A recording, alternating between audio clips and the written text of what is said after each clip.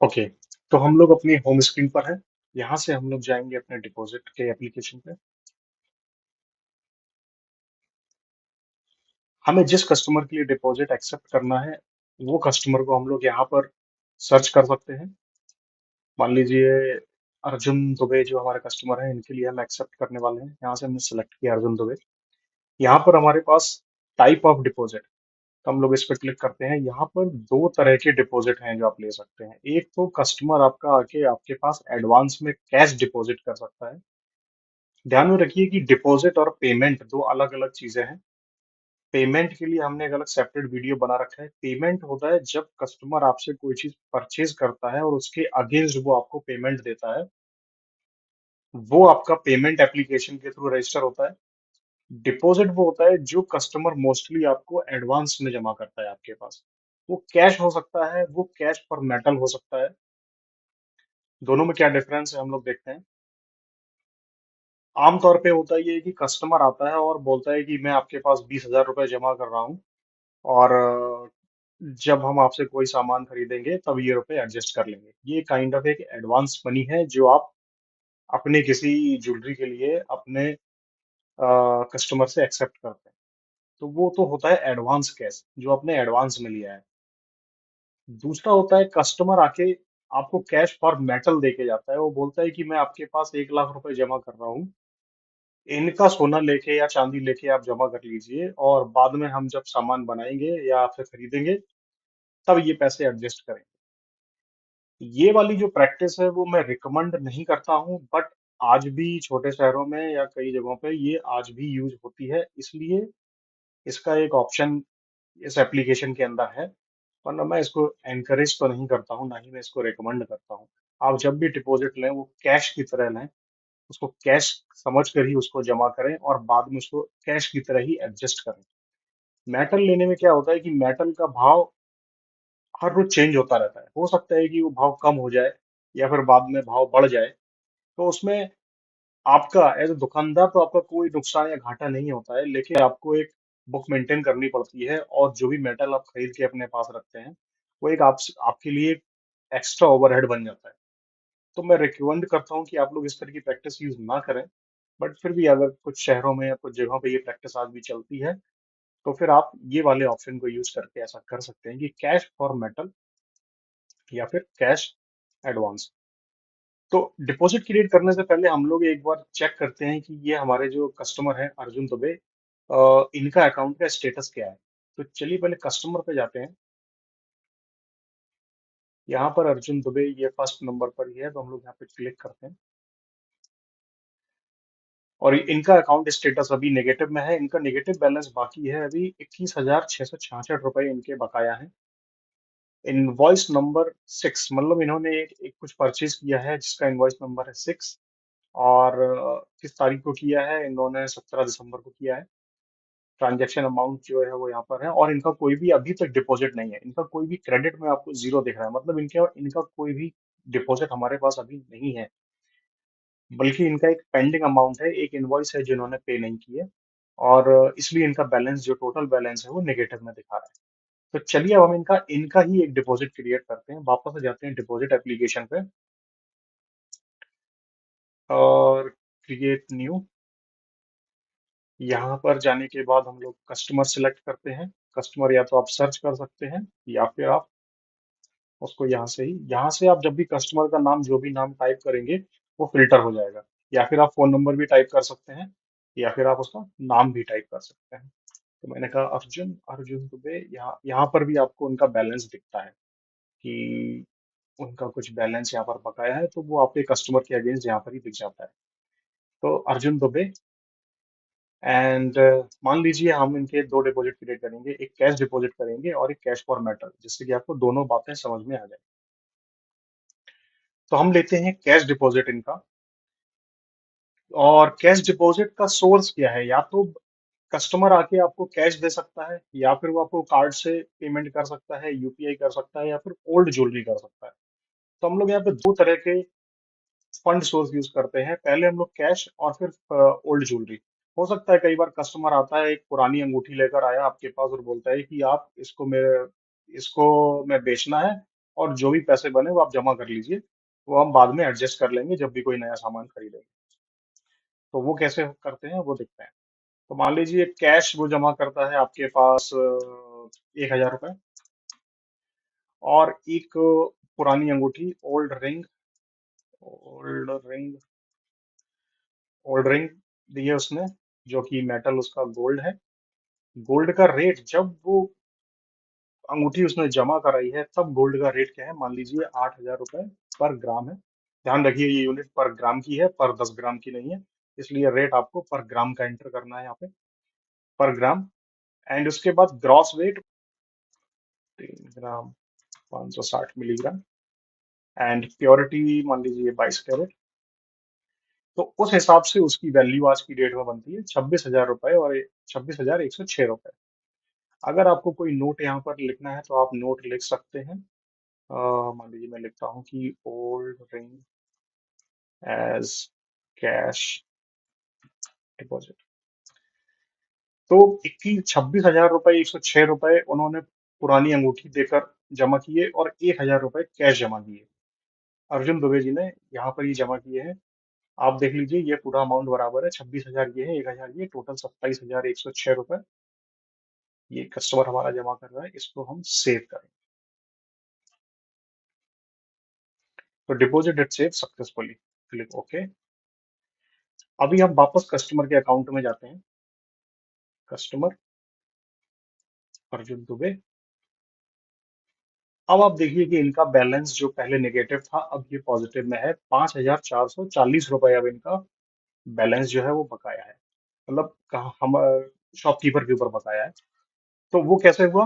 वो ये ट्रांजैक्शन तो पहले का था। इनकी जो इनवॉइस नंबर 6 थी, 21,666 रुपए की इनवॉइस थी, जो इनके ऊपर पेंडिंग अमाउंट था, जो अभी भी पेंडिंग, क्योंकि ये इनवॉइस अभी तक पेड नहीं है।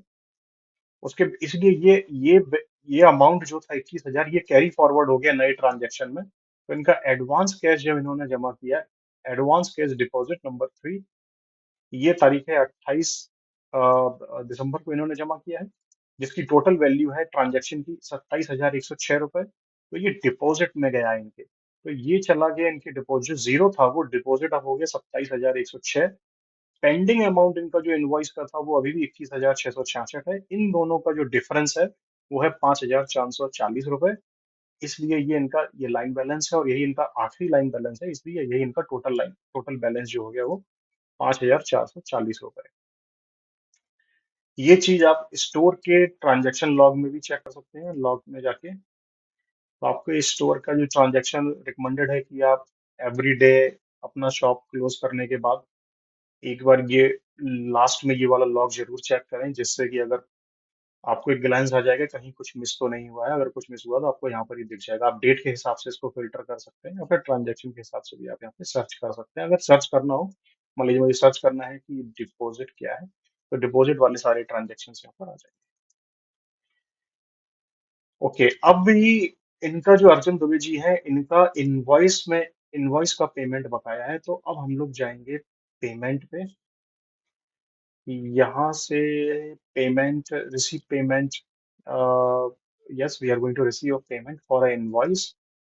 इनवॉइस अर्जुन दुबे जी की एक इनवॉइस 21,666 की, ये इनवॉइस पेड नहीं है, इस पे क्लिक करेंगे।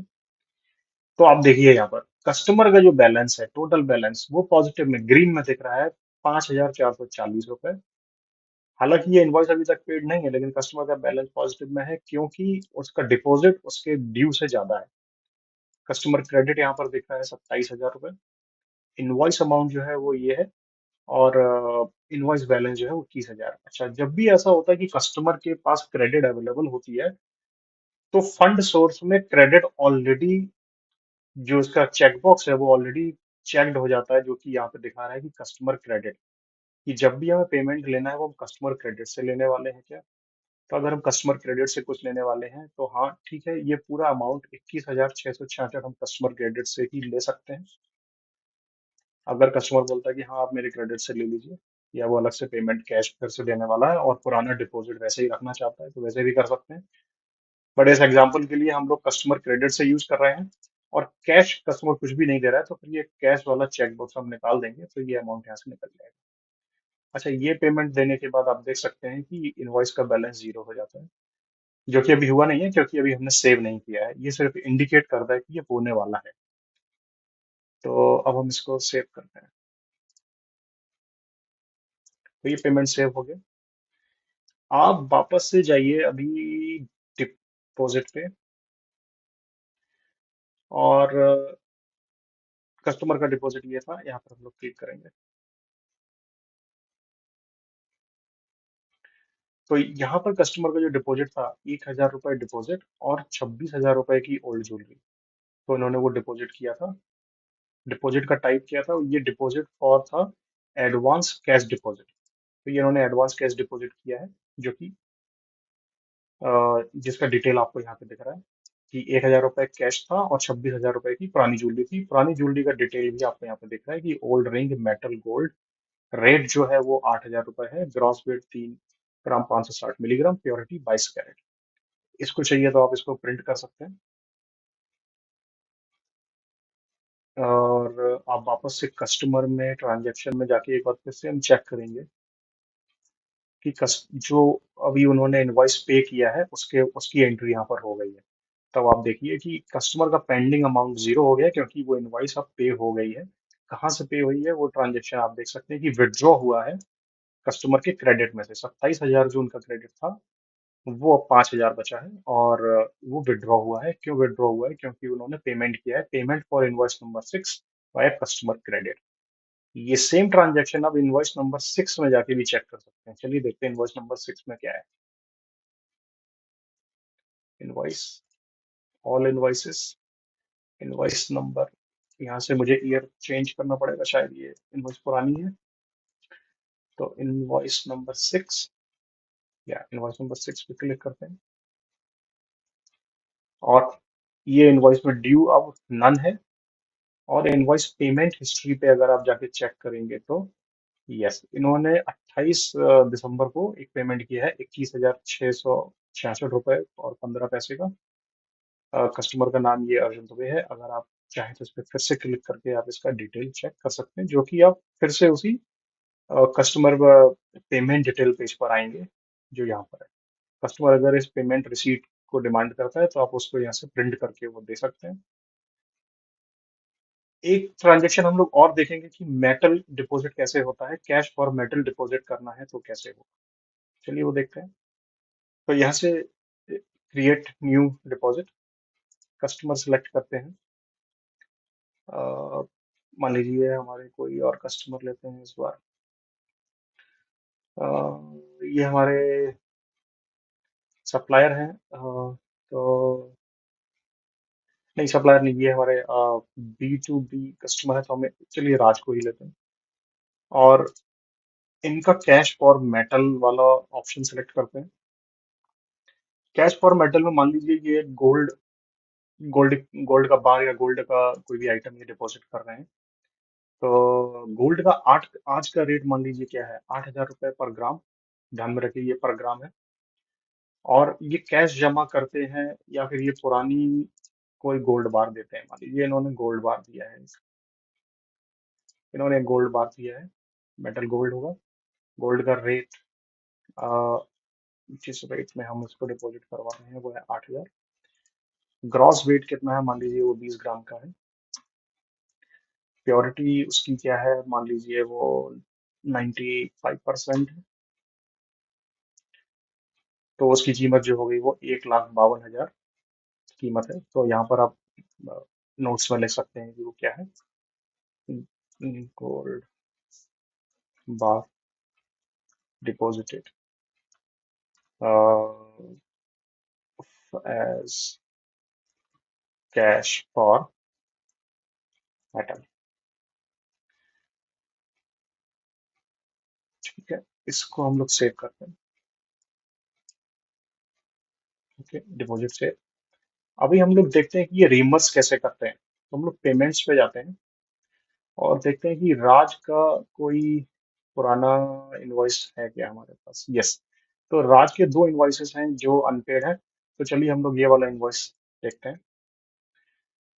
अच्छा, क्योंकि राज ने मेटल फॉर कैश किया है, तो जैसे ही आप उनकी कोई भी अनपेड इनवॉइस सेलेक्ट करते हैं यहाँ पर बाय डिफॉल्ट एक डायलॉग बॉक्स ओपन होता है।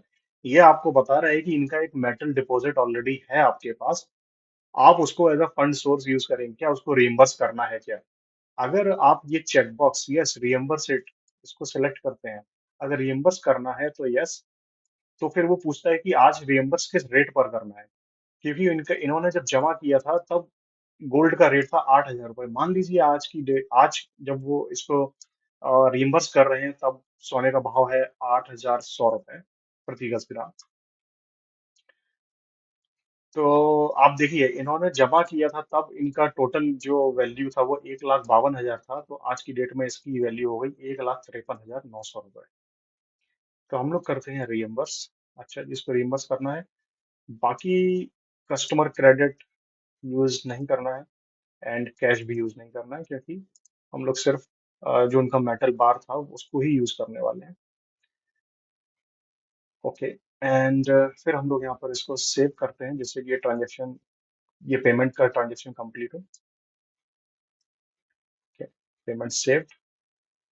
अब आप कस्टमर पर वापस जाके हम लोग राज का अकाउंट चेक करते हैं। राज के आप अकाउंट में जाएंगे तो यहाँ पर आपको कुछ देखने को मिलेगा कि इनके दो इनवॉइस बाकी थे।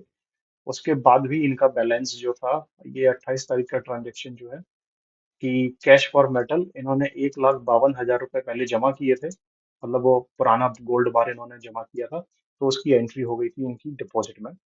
इनका पुराना जो बकाया था वो लगभग 95,181 रुपए था। तो इनका जो बैलेंस बचा, क्योंकि 1,52,000 उन्होंने जमा किया, तो लगभग 56,000 रुपए इनका बैलेंस पॉजिटिव हो गया। उसके बाद उसके बाद इन्होंने उसको जब रियम्बर्स किया, पेमेंट किया है एक इनवॉइस का, तो उसमें क्या हुआ है कि इनकी जो टोटल रियम्बर्स किया जब हमने उस गोल्ड बार को, तो उसकी वैल्यू थी 1,53,000 रुपए। इनको कितने का फायदा हुआ? 1,900 रुपए का इनका फायदा हुआ है। तो 1,900 रुपए ये इनके फिर से अकाउंट में डिपॉजिट हो जाते हैं। तो 1,52,000 की जगह अब इनका डिपॉजिट हो गया 1,53,900 रुपए, और इनका लाइन बैलेंस हो गया पेंडिंग अमाउंट का, और इसका डिफरेंस 58,719 रुपए। उसके बाद इन्होंने इनवॉइस नंबर 5 को पे किया है मेटल डिपॉजिट से, तो 1,53,900 रुपए जो इन्होंने जमा किए थे वो विड्रॉ हुए, क्योंकि आप उसको पार्शली रिइम्बर्स नहीं कर सकते। जो भी रिइम्बर्समेंट होगा, जो भी मेटल डिपॉजिट है वो कंप्लीट रिइम्बर्स होगा, वो पार्शली रिइम्बर्स नहीं होगा। तो जब उन्होंने वो रिइम्बर्स किया, 1,53,000 रुपए उनके अकाउंट से बाहर निकले, 95,000 का पेमेंट हुआ, और जो बाकी बचा 58,719 रुपए, वो अगले ट्रांजेक्शन में आप देखेंगे तो ये अब इनको आपको यहाँ पे पेंडिंग नेगेटिव में दिख रहा है, मतलब कस्टमर अब पॉजिटिव में है और उनका क्रेडिट जीरो हो गया, क्योंकि हमने पूरा 1,53,900 रुपए उसको रिइम्बर्स किया, क्योंकि हम पूरा डिपॉजिट जो उन्होंने मेटल डिपॉजिट है वो सारा का सारा रिइम्बर्स एक बार में ही होता है, वो उसको हम ब्रेक नहीं कर सकते। तो वो रिइम्बर्स हुआ, इसलिए इनका पूरा डिपॉजिट यहाँ से बाहर आ गया। अब इनके पास जो बैलेंस बचा वो ये बचा 58,719। चूंकि अब ये इन्होंने पूरा जो इनका इनवॉइस का टोटल पेंडिंग था वो 95,000 था, और जो उन्होंने गोल्ड बार रिइम्बर्स किया उसकी कीमत 1,53,000 थी। तो जो बाकी का 58,719 बचा है वो हम वापस से कस्टमर के अकाउंट में एज अ क्रेडिट डिपॉजिट होगा। तो ये वाला ट्रांजेक्शन जो आप देख रहे हैं, एडजस्टेड कस्टमर्स क्रेडिट, वो एडजस्ट किया गया है कस्टमर का क्रेडिट यहाँ पर, और ये 58,719 रुपए ये वापस से कस्टमर के अकाउंट में एज अ क्रेडिट जमा हो गया है। लाइन बैलेंस आप फिर से देखिए 58,719 हो गया, और कस्टमर का टोटल बैलेंस जो हुआ वो पॉजिटिव 58,719 रुपए। तो यहाँ पर आप कस्टमर का पूरा ट्रांजेक्शन एक साथ देख सकते हैं। अगर कोई चीज आपको नहीं समझ में आई है तो आप वापस रिवर्स करके आप फिर से इसको एक बार देख सकते हैं। ये ट्रांजेक्शन को आप थोड़ा डिटेल में स्टडी करिए। ये जब आप खुद करके देखेंगे तो आपको ज़्यादा समझ में आएगा, और आप इसको वैलिडेट करते रहिए, जिससे कि आप एक बार एजुकेटेड हो जाएंगे इसमें कि ये ट्रांजैक्शंस कैसे हो रहे हैं। और कई बार अगर कोई कंफ्यूजन होता है तो आप इस वीडियो पर वापस आ सकते हैं और इसको फिर से एक बार देख सकते हैं। एक चीज और यहाँ पर देखते हैं कि हमने जो डिपॉजिट रिइम्बर्स किया है उसका स्टेटस क्या है। हम लोग एक बार फिर से डिपॉजिट्स पे जाते हैं, ऑल डिपॉजिट्स,